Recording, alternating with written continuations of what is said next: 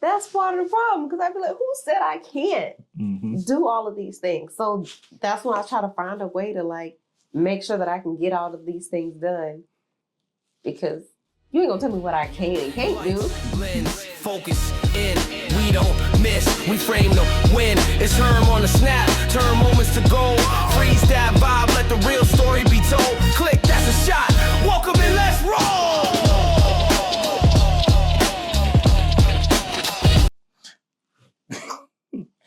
All right, can you introduce yourself, please? Of course. So my name is Marche. On Instagram, I am Marche In Motion. I am a local Jacksonville runner. I run for Runners Elite. I have 2 beautiful daughters, and I have 2 degrees. Technically 3. Put some respect on your AA. Technically 3. Yeah. And then I am a proud member of Alpha Kappa Alpha Sorority Incorporated. So you say you do everything? I do a little bit of everything. That's what I heard, everything. Okay, so first question, right? What does motion or movement represent just beyond the physical for Marche In Motion? Okay, so it's literally physical motion, emotional motion. The kids have me in motion. I'm in motion for I got motion. I feel that. But no, like it's obviously it's the the physical aspect of me running and things like that, but it's the emotional motion of just trying to figure out like who you are in that moment and figuring out how best to portray yourself and make sure that you're giving the best side of you every day. So I also feel like it can kind of be like from a time perspective too, right? So like Marche In Motion, and it's like the journey of who you are, right? So it's like, hey, here's the starting point. And I feel like it's like a kind of somewhat of a documentary in a sense of you and your journey in various aspects of your life. I feel like that kind of ties in a little bit too there. I like that. Steal it, use it.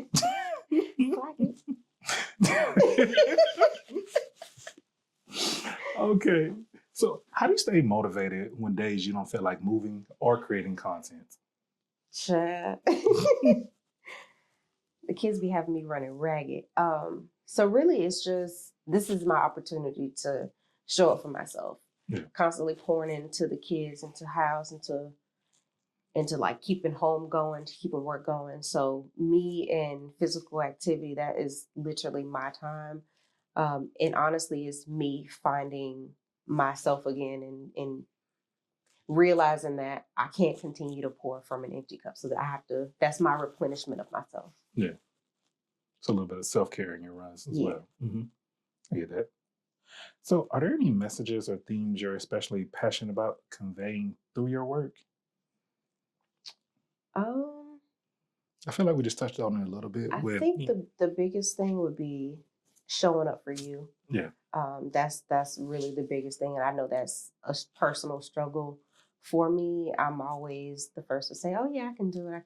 For if anybody asks me to do certain things, and then, months go down the line, weeks go down the line, I'm like, I haven't showed up for myself at all. So yeah, I would say that for sure. Gotcha.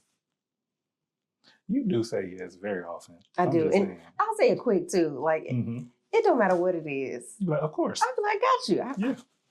No problem. And then I realize I'm like double, triple, quadruple booked today. But you make it all happen. This is a crazy thing. I don't know if you are fully like aware of it, but it's like you'll show up. It's the craziest thing. And I've been seeing it for over a decade now. And I'm just like, I don't know how you do it.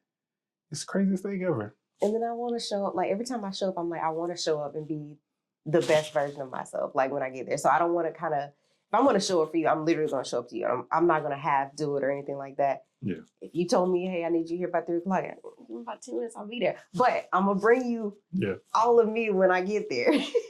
Very true. So I want to talk about the mother portion of Marche, right? So how has having a child shaped your outlook on life and priorities, both with Kennedy and with Emery?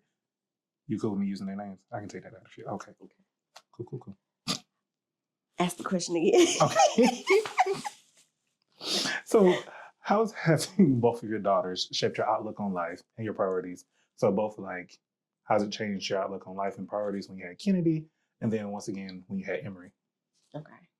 So I think having Kennedy, the outlook was very like, I gotta go get it. Yeah. She's my oldest. I had her very young. So like when I had her, it was like, I gotta go get it. I gotta get it out the mud. Like I gotta make sure that I'm providing for her. Now, 14, 15 years later, I decided to have another baby, which is wild. But now I feel like Emery is getting a different version of me where I'm still going and getting it and making it happen, but I'm also more present in the moment. And I feel like I'm giving Emery more of like that one-on-one, like things that I wish I would have done with Kennedy. And I'm also very present and active in what Kennedy has going on. So there's nothing that she's gonna do with school or extracurricular activities that I'm not gonna make a way to make sure that I'm there and, showing her that, hey, I'm here. Yeah. And you're gonna see me regardless of if you want to see me or not. Like I'm still gonna be there. Yeah. Because she has hit me with the, Mom, can you stay over there? Yeah, I'll stay over there, but I'm gonna be here in the building with you. Yeah. And then I think that kind of speaks to like the fruits of your effort, right? So like, what we meet, like 19, 20, around that time? I feel like it was sooner than that. It had to be sooner than that. I feel like it was like sophomore year of college. So that was like 12, 13. Yeah. How old were we? Okay, it don't matter. 12, 13. Yeah. Okay. But I say that to say it's just like, I seen that hustle. I'm sure you had like, what, 2, 3 jobs? Like, you kept multiple jobs, right? And I feel like just that basis of having those 2, 3 jobs and then working on your degrees and then working on your professional career, it allows you to be in a space where you can be more present. And it's like you really start to see those benefits and the fruits of your labor. And it's crazy. So like, once again, giving you your flowers, I had no idea how you did it. And like, I'm looking at you in real time, Marche, and I'm just like, Marche has this young baby. She works 2, 3 jobs. She goes to college full time, social life and everything. And like, I see it and I have no idea how you do it. And it's crazy, but like, you really put that work in. I'm just like, still to this day, I don't understand it per se. Cause I'm just like young me, late teens, early 20s. I think I would have folded.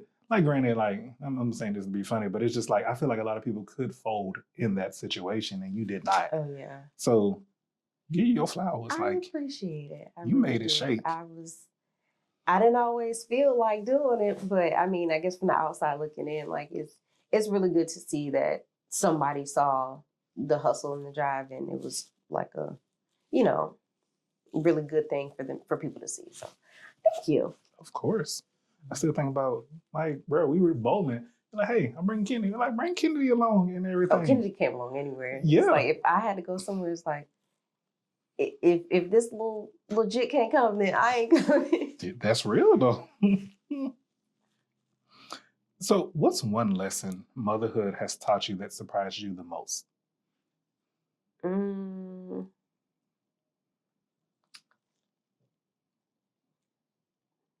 That it's okay to be soft. Oh, because you're somewhat of a thug, Marcia. You got to explain that a little more. Explain that a little more. You just... I am a thug. Mm-hmm. I don't take much from nobody. I think that's the biggest thing. Like my patience is like, depending on who you are and I don't pull up with tomfoolery or anything like that.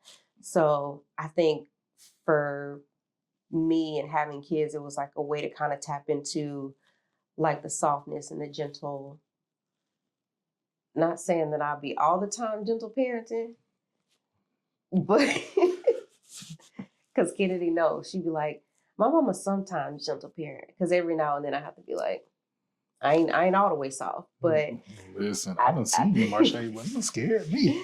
But I think as a mom, like it's learning that it's okay to be soft. It's okay to like show like a different, softer side of you, a more loving and kind side. So yeah, I get that. So, what are some small daily rituals that you do to help you stay connected with your kids? It doesn't necessarily have to be daily, but just like at some frequency or interval. Well, I have a whole high schooler, so I think most people don't understand. Like, I'll go in her room every morning. I won't necessarily like wake her up, but I'll go in and like, hey, good morning. It's time to get ready for school. I'll hit the light. And people say, oh, well, she's too old to be woken up. Like, she should let her alarm wake her up. Those are little things that like, hey, I'm here. Or if I'm heading out the door, I'm like, hey, I'm heading out the door. We FaceTime every morning. So those are like little things that I do with Kennedy. I check on her periodically throughout the day. And then with Emery, it's just like, hey, good morning. As soon as I pick her up from when I'm leaving from work, the first thing I say to, hey, how was your day?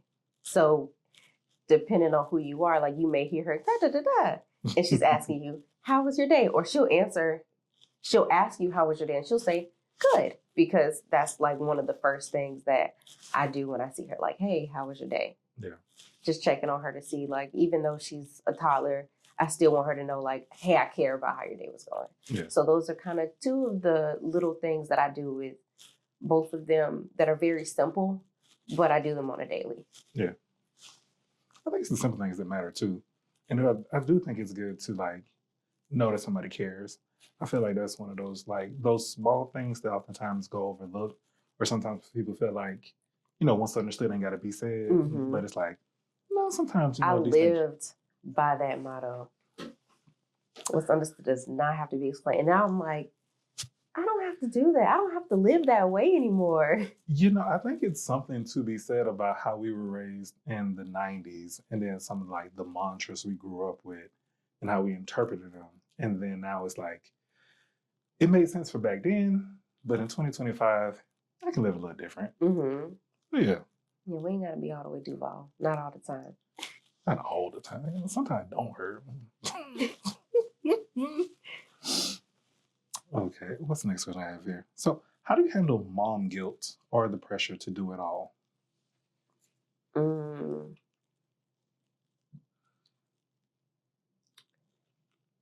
I would say like the biggest thing for me is like, again, I have that pressure to want to do it all, to have to, to want to be there. Yeah. And there are days where I literally would just let Kennedy know she's old enough to understand. I'm like, hey, I can't be everywhere for everybody.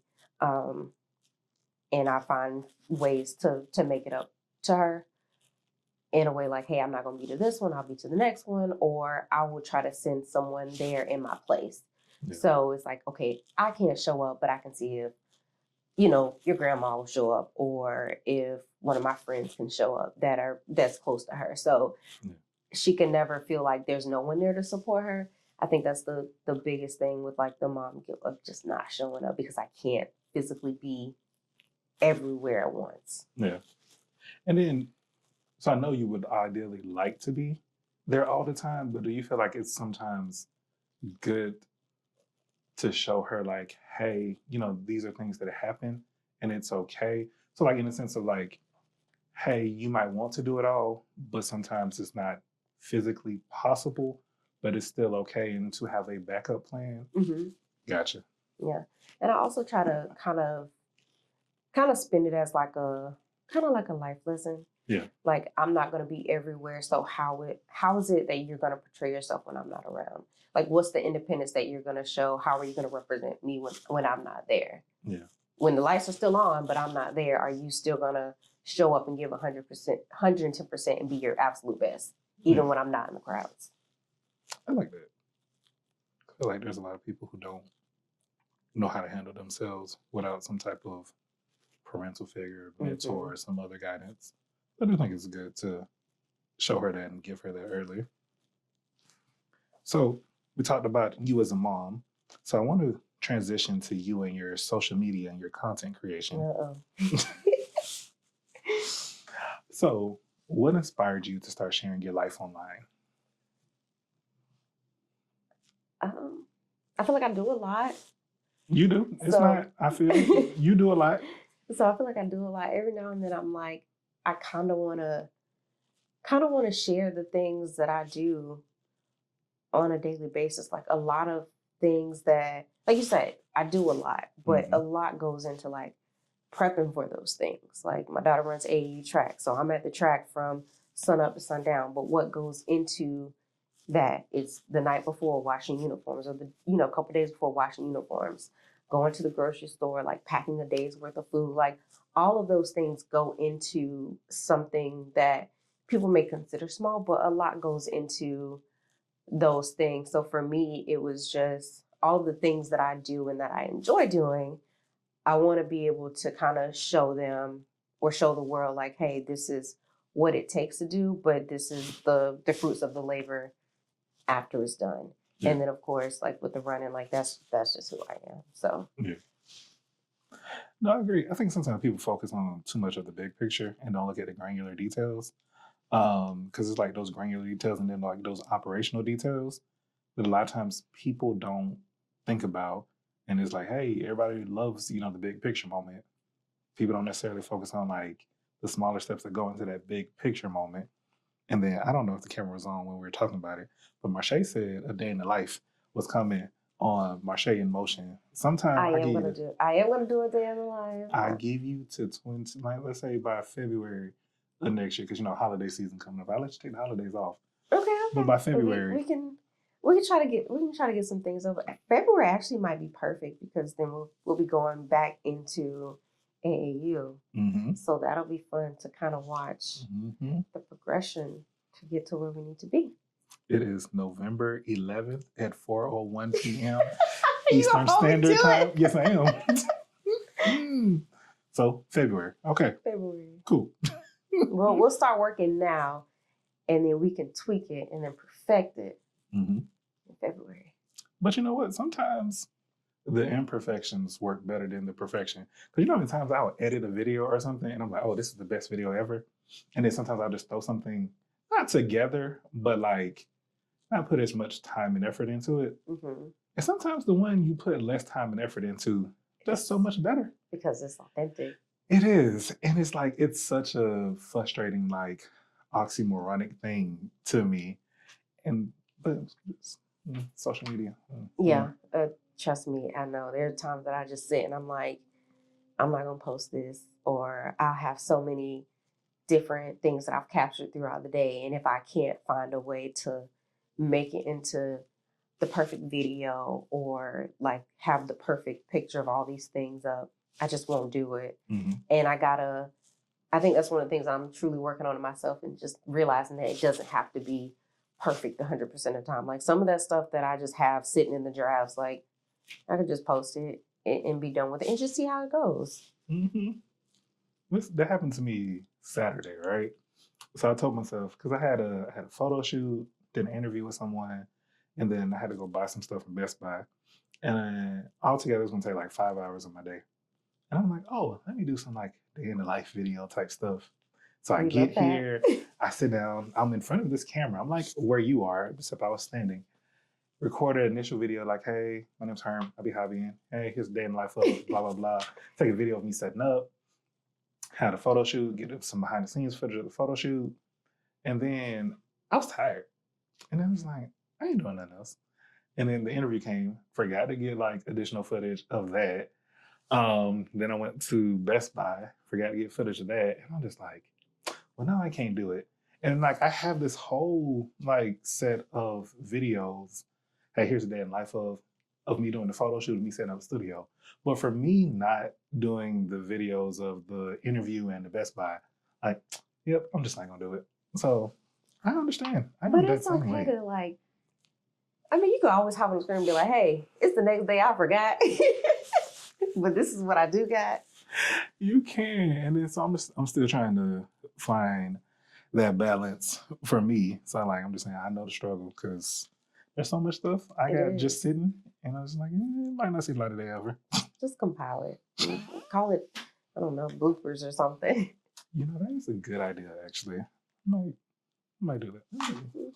Write it down. Herm got the bloopers. I do. So many. You could find a way to tie it in there and make it something. I think people want to see it. For sure. You're right. Because you put a lot of effort into creating the spaces for people to come in and take pictures and do these interviews. So I think we should definitely just put it out there.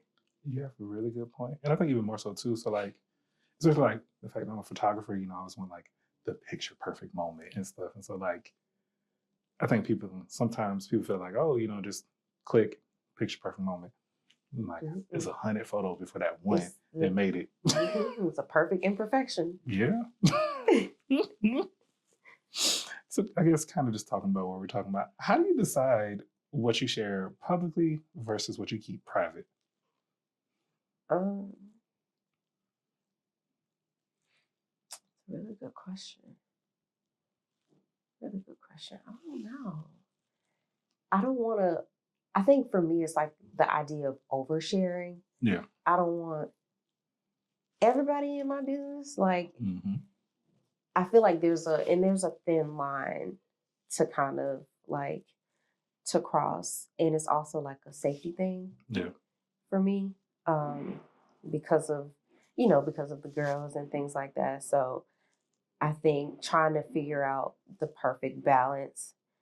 And then sometimes I'll do stuff and I'm like, this is a bit too much. Or I'll look at the background of where I am and I'm like, nah, somebody gonna know where I am just based off this background. So there are things that I just won't post based on that for safety reasons. Yeah. I get that. I'm the same way. So like, ideally, I would like to do more videos like at the house. So like I'll do something in the man cave, but like any other time at the house, I'm like, yeah, nah, this ain't it. I don't even need people to know what my house look like. The man cave, I'm okay with. Like house. I feel like some things you just kind of got to keep a little bit sacred and a little bit safe. Yeah. Like you got your safe spaces, so you kind of know like what areas you want to have your safe space. Like you may share your man cave, but at the end of the day, you're only sharing certain parts within your man cave because that's still your safe space. Yeah. And then too, I'm the type of person like, I don't like people knowing my routines. So like even going to work, I won't always take the same route to work. Like switch it up sometimes. And so it's just like, I don't like people knowing like, oh, Herman's here at this time, or I've seen Herman here at this time. Like nah, we good. I'm not gonna lie, I do that. Yeah. I do that too. Like, and I also feel like that's kind of based on the way we grew up. Like, they always don't take the same way home that you did, or don't leave the house at the same time because you never know who's watching, like, or watching the habits that you do. So there are times when I'm going to work, I may take this day, I may take this route, I may go in at this time, because fans be watching. So, but no, for real, they do. And then like, there's so many scammers, right? And then things people don't talk about. So like, it was sometime this year. It was like 1.8 billion usernames and passwords that got released or like people have access to. So it's just things of like, hey, your finances and stuff. So people like know where you shop at. I don't know how that works on their end, but like, I don't want to make it easy for them. Yeah. It's just weird to think the amount of information that people have at their hand, like the palm of their hand. They can literally steal anything from you in an instant. So I get it. And I also I think the knowledge that we have like growing up of not letting anybody kind of know your patterns and things like that, I think it sounded crazy back then, but as an adult now, it's like, okay, I understand. Like, yeah, I thought the old people was going crazy, but I get it. It's crazy too. So like, that makes me question, like, dang, am I getting old? Like, why do you think it makes so sense? And so like, one of the things my mom used to say, right? She was like, hey, everybody should know where you stay. And then I'm just like, to me, it sounded crazy. Like 6-year-old me sounded crazy. 32-year-old me is like, nah, we good. Let me tell you something. So these kids nowadays, they're so willing and trusting and open. Oh. They have everybody on Life 360. They have everybody location. And I'll take Kenny's phone. I'm like, why do you have all these kids' locations? Yeah. And she was like, well, nobody's just going to pop up at my house. And I'm like, I get it. But y'all ain't weary. Y'all ain't scared. Like, they literally treat the Life 360 and the Find My, like, they treat it like little Sims.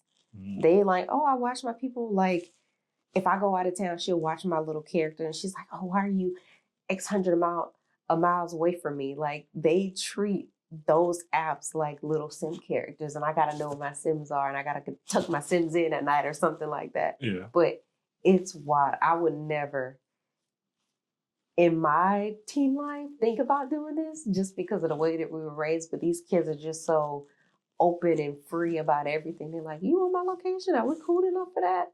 All right. Well, that's on my location. That's crazy. Yeah. That is crazy. Because I'm thinking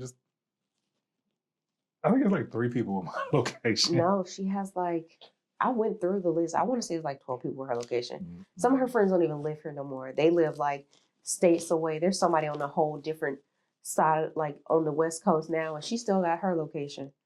And I'm like, girl, what are you doing with her location? She watched this girl go all across the country.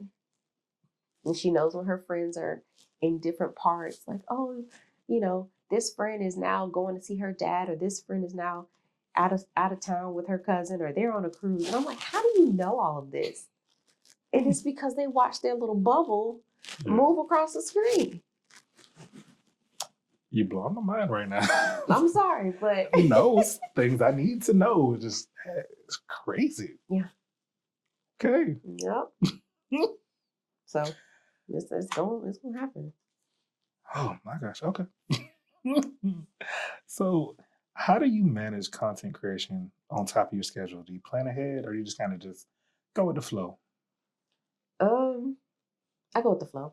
Okay. I do want to start planning ahead. Mm-hmm. So lately I have been trying to kind of plan out, not necessarily when I do it, but what it is that I want to do and what it is that I want to share. Yeah. And that's kind of where I am now. Like I'm trying to build out more of the what I want to share and not necessarily when. Yeah. And then just kind of like mark it off that way.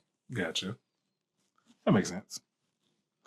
One day you're going to find yourself with like a little Excel calendar or Microsoft calendar, and it's just like, okay, marking the stuff off. I'm going to do this. Here, I'm going to do this. Because it helps a little bit. And then if you're sitting on a bunch of stuff too, it's just like, just schedule it.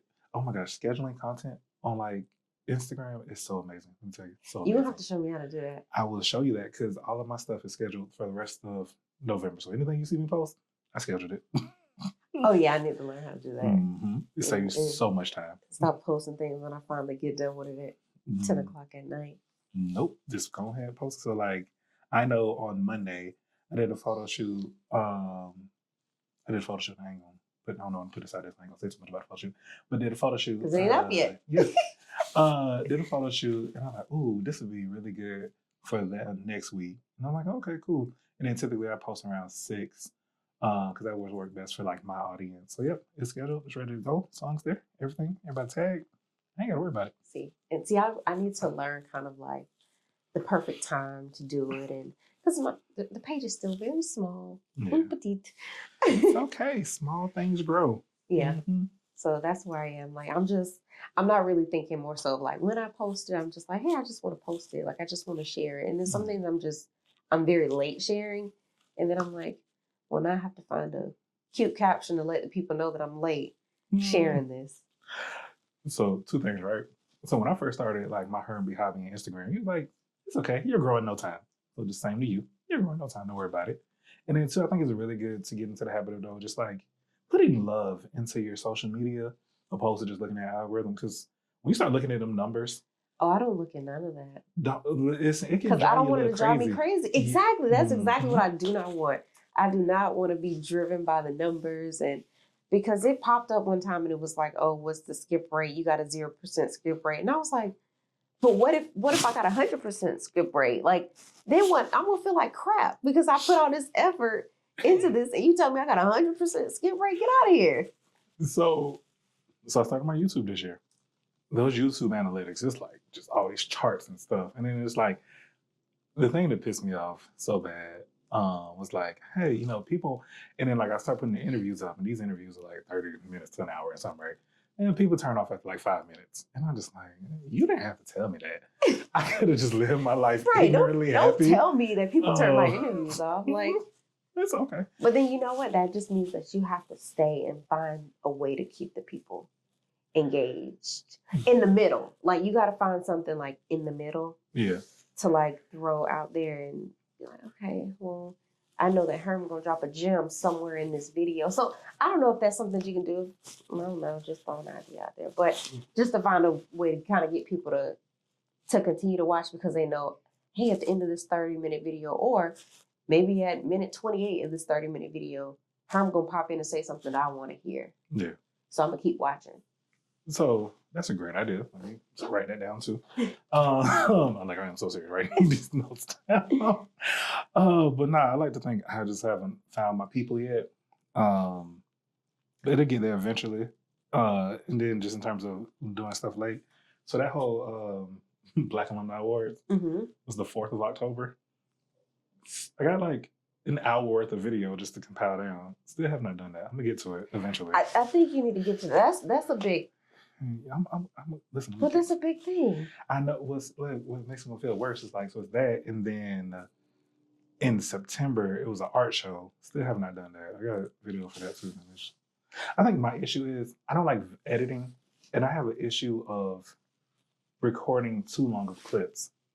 So like I'll record stuff and it's like 30 minutes, and then there's multiple 30-minute clips, and so it's you like, gotta shrink it down. But more so, it's just like gotta watch the whole 30 minutes to know what I want, and then it's like, we got time for that. You know what I'm saying? It's just like, but I'm getting better at it. So I'm now like smaller, easier to digest clips.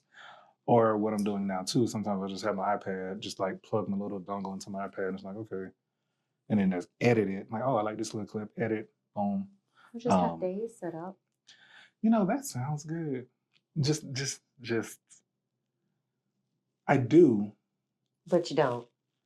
But then you know who it is? It's my wife's fault. That's what I'm blaming on, right? That's don't blame my girl. Do not blame my girl. She was like, hey, you want to go get something to eat? Yes, I want to go get something to eat. We love food, but don't blame her. Don't blame her. I'm going to tell her. I hope I will send this part to her. So like I try to keep with like my business. I'll keep the same schedule like I had in like grad school, right? So like I get up at like 4 or 5 in the morning, and I'm just knocking stuff out for like 5 hours. Try to do the same thing with my business. Get up early. I'm just editing stuff so that way I can enjoy the rest of my weekend. She'll be like, hey, Grumpy's opens at 6:30. I'm like, yes, I know that, and yes, I want to go. And so they have good breakfast. They do, and see that messes up my editing. So I'm gonna blame her. Don't blame her. Or maybe you just have to be like, okay, I stopped at 7 o'clock. I'll pick back up at another time. That sounds good too. And then I think what happens sometimes is like, so we'll start at Grumpy's. I'm like, well, we gotta go get a fun drink. You still gonna try to find a way to blame her. I'm just telling you what she like, we gotta go get a fun drink, right? So then we end up going to Starbucks or to Dutch Bros or something like that. And then we're like, before this year, we end up going to Target. So we haven't been going to Target. So then she's like, hey, we might as well just run some errands at this point. And then we'll do something. And then we're waiting for like Sam's or something to open so we can get stuff for the house. We always need stuff for the house. And then by the next thing you know, it's like 12. And then I'm like, oh, since we'll be out this long, I'm like, hey, let's go by like a hobby store or like some collectible store or something. I'm just like, it's just literally how life happens. And the next thing you know, it's like 2. And it's like, oh, we've been out since 7. And so it's just like, yep, now you don't want to do nothing. Exactly. I'm just like, I'm home and I'm chilling. I'm still going to tell her. I'll tell her too. I'm like, sorry, you're making Herm unproductive because, you want to make sure he eats breakfast in the morning. I mean, she got to eat too. But no. Oh, goodness. Okay, so going back to it, I want to talk about mindset growth and advice questions.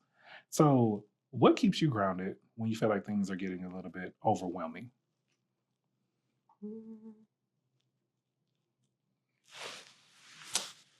Let's see. Obviously the kids keep me grounded, but I think now I'm kind of moving into a space of like wanting that mental clarity, mental health. So if things get too overwhelmed, I'm like, I need 5 minutes. Yeah. whether that's 5 minutes of me going outside, taking a walk, just me putting everything down. Like I I've learned to make time to make sure that my mental health and my mental clarity is in a good space. Gotcha. That's good. Not enough people do that.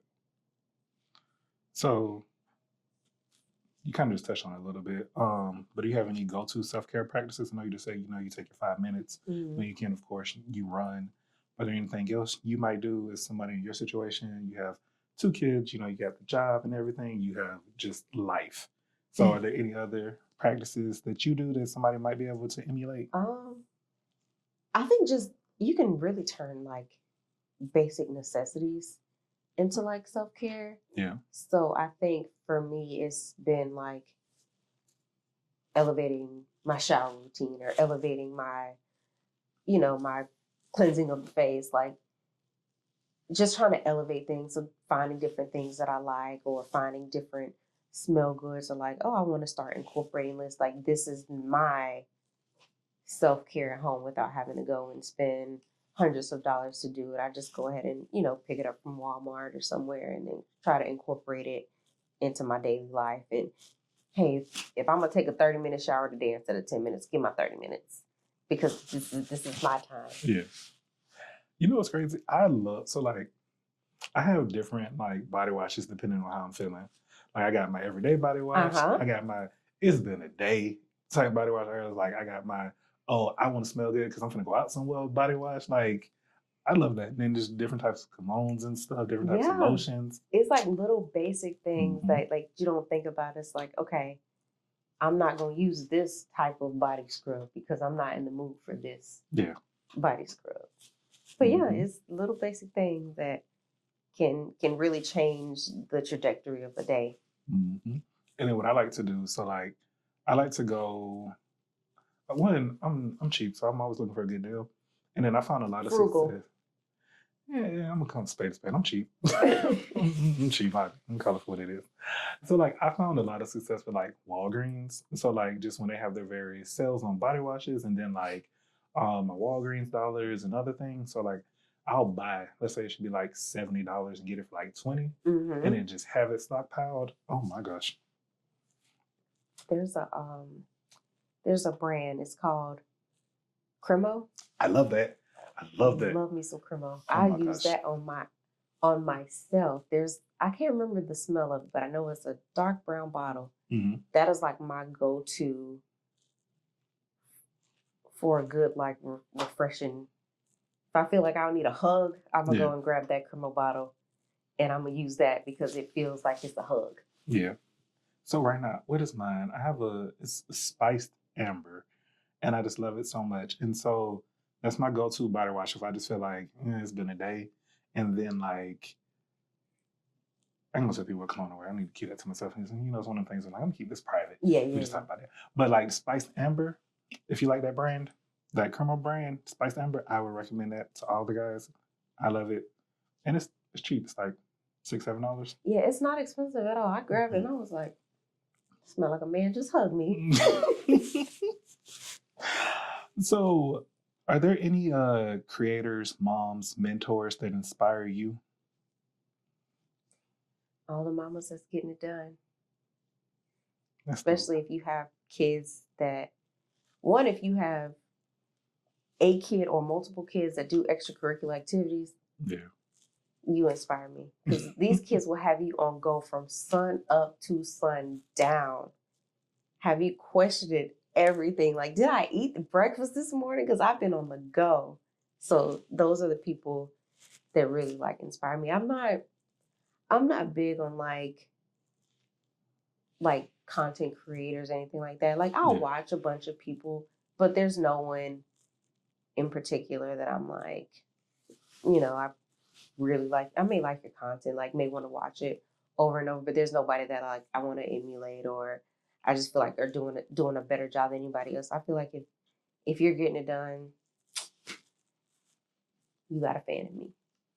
I feel that. And then too, sometimes I think, we're just talking about that picture perfect moment. And it's just like, people don't always portray the struggle or the times that go wrong. Mm-hmm. Like a lot of times when you look at like these content creators, everybody looks like they just came from getting whatever done, their hair, face, what have you. People don't show like when they're running ragged in the various parts of life and stuff. See, and that's another reason why I don't always post my videos, because I'm not always like, not gonna say that I'm not always put together, but I don't wear makeup on a daily basis. Like that's not who I am. Like if I'm going to the grocery store, I'm gonna find a pair of joggers and some running shoes and throw on. So there's some days that I don't want to, be in front of the camera like that, because there is like this image of having to be prim and proper and be in this particular Lululemon outfit or whatever. And that's just not who I am. You know what you should do, and this is, you don't have to, but what you could look into, right? So let's say you want to just go to the grocery store, right? Maybe get you like some meta glasses, and then everything's just in front of you. And then your hands are in the frame, so you can start like, hey, I'm driving to the store. Hey, this is me walking to the store. This is me grabbing stuff. Because people really like POV perspectives. I've seen a lot of success. Now, granted, meta glasses are not cheap. They are very fun, though. They're not cheap at all. They but because I've been eyeing them, and I'm like, oof. I think we talked about this earlier. Mm-hmm. I'm turning into the daddy. Everybody hates Chris. Like, I will look at the price of something, and I was like, that's groceries for a week. That's a light bill. Like, oh no, I don't know why I do that. You know whose fault it is? You know Jade. She worked with you at Foot Locker. Oh yes, I do know Z. Mm-hmm. See, she got so many different names. Her government is Jade. She sent a video to Kiana. She's like, hey, tell cousin to get these. And I was like, I ain't gonna get these. And then I kept just looking at that video, and it's so fun. It looks so fun. And I'm just in Best Buy. I was in a video game. And then I see them, and then I was like, well, since I'm here, I might as well try them on, right? And then so I try them on, and I was like, oh, I like these. And I'm like, they probably didn't have them in stock, because they were out of stock for a while. And I wish I would have waited, because I got them like a month before they released the updated ones. But now I'm like, oh, I kind of want the updated ones, but I don't know yet. And then I just ended up buying them. And the guy's like, hey, we got one left in stock. And anytime there's just one left, I feel like it was meant for me. You feel like it's meant for you? Yes. Because why is it only one? I'm the only person in here looking at it, so it must be for me. And it's not like it was on the shelf or anything. He had to go to the bag. It had his name on it. Yeah, it did. It did. I don't regret it. I love those things so much. Look, I'll put it on my Christmas list. Make a great gift. Send a collection plate around. $20 here, $20 there. Exactly. What's one myth about having it all that you want to debunk? Or is there one myth about having it all? Having it all. So like, you know how people be like, hold on. Put that part out.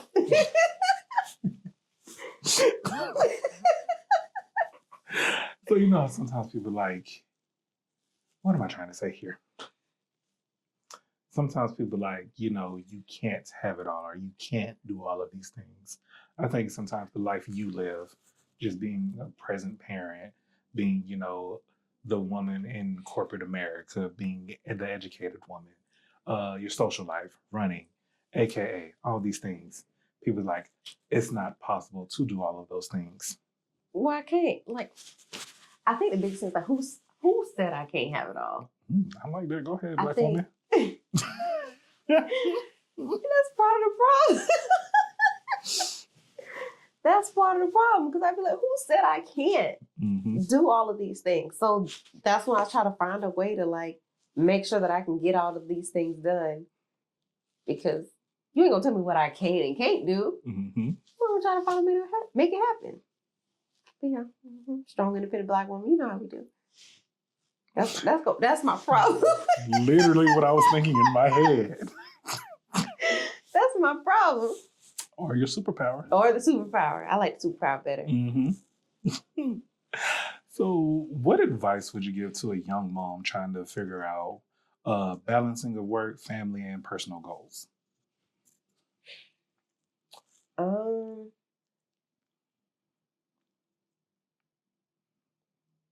I think the balance is like, it truly comes from knowing like what will truly bring you joy, what's truly going to bring you happiness. Yeah. So if you're not doing things at work that make you happy, then you're not going to show up at home or for your kids in the way that makes you, makes you happy. Yeah. So I think it's just aligning everything to what makes you happy. Because if you have to go in to work and do something for 40 hours a week that you really don't enjoy doing, you're going to drag and you're not going to be able to put your best foot forward at home. Yeah. My kids know, like, when I get home, I just need my 5 to 10 minutes to decompress, take, change my clothes, whatever. And we getting right into it. Like we're doing homework, we're cooking. Like I try to give them my best self. Yeah. And I think a part of that is knowing that I'm not going to get these years in the future. Like once they grow up, like once Emery grows up from a toddler, I'm never going to have these toddler years back. Yeah. And, in a couple of years, I tell Kenny all the time, like the world is going to see you as an adult. So at this time, I have to continue to pour into you because I want to make sure that the world sees you as a good adult. Mm-hmm. That you had someone good raising you to become this good adult. I feel that. That's crazy. She is going to be legal in a couple of years. Yeah. It's crazy. And in her mind, she's like, well, I'm still going to be in high school, but the world is going to see you based on your age. Yeah. The world is going to consider you an adult. That's still crazy to think about. Time really does be moving. Yeah. Okay. Yeah. So, you have any parting words, pieces of advice, ways people can connect with you or see your journey on your social media? So I Marche In Motion on Instagram. That is like my running like content page for my personal friends and people that know me. Is Marche_Renee on Instagram. And then you can do Marche_Renee on TikTok. I just literally throw everything there on TikTok. That's kind of like the open forum for anything. But my Instagram, like my personal Instagram is locked down. Like it's very private for people that I know. As far as like advice and things, I think the biggest thing is just continue to do what makes you happy, what makes you feel good. What's the trying to think of like the best way to put it. I think for me, the biggest thing is like, what's the impact that I'm gonna make on somebody today? Like, Yeah. Is somebody gonna see me and be like, she was a bitch, or like, she all right with me? Like, I think that's the biggest thing. Like, just try to be the impact on a daily basis that you want people to remember you for. So even if you come in contact with this person one time, you want it to be a good experience. I feel that. And then one last thing, I feel like when you talk about it, what is this jacket you have on? Oh, my jacket? So I ran the Chicago Marathon this year, and this is my finisher jacket. 26.2 miles. But yes, this is my cute jacket. I love it. It's my first finisher jacket. Not my first marathon, but the first time I actually got a finisher jacket, because the first time I went to Chicago, they actually sold out on me. Ooh. But this one, a lot of people said that they didn't like the design on it. I like it. Because of the back. But I like the back because it's like the L train, all the different colors that they have in the city. I like it. I like what it represents. People don't like it, but I think it's cute. And that's probably why I got it, because people didn't like it. You earned it. I did. I earned it. Well, thank you so much.